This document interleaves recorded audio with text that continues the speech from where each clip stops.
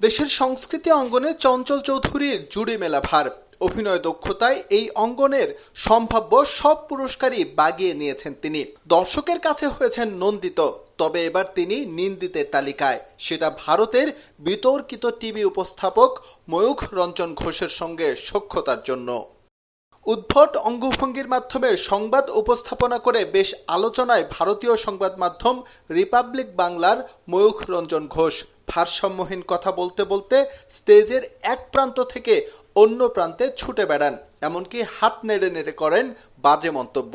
সম্প্রতি বাংলাদেশের রাজনৈতিক পট পরিবর্তনের পর সাংবাদিকতার নামে দুই বাংলার মানুষের মনে বিদ্বেষ ছড়িয়ে দিয়েছেন তিনি। ময়ূখ নিজ দায়িত্বে ছড়ান অযৌক্তিক ও ভিত্তিহীন তথ্য এবং গুজব। বাংলাদেশে ছাত্র জনতার গণ অভ্যুত্থানকে নিয়ে করেছেন বিতর্কিত মন্তব্য।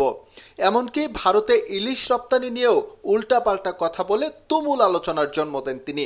বিভিন্ন মিথ্যা ইস্যুতে অন্তর্বর্তী সরকারের প্রধান উপদেষ্টা ডক্টর মোহাম্মদ ইউনূসকে ব্যর্থ প্রমাণের চেষ্টা করে যাচ্ছেন অনবরত।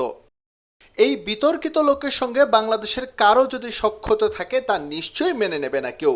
বলতে খারাপ লাগলেও সেই ব্যক্তি বিনোদন জগতের পরিচিত মুখ চঞ্চল চৌধুরী। ময়ূখের সঙ্গে চঞ্চল চৌধুরীর ছবি ভাইরাল সামাজিক মাধ্যমে, আর তা দেখে ব্যাপক সমালোচনায় মেতেছেন নেটিজেনরা। এমনিতেই ছাত্র আন্দোলনের সময় চঞ্চল চৌধুরীর নীরব ভূমিকা ছিল প্রশ্নবিদ্ধ।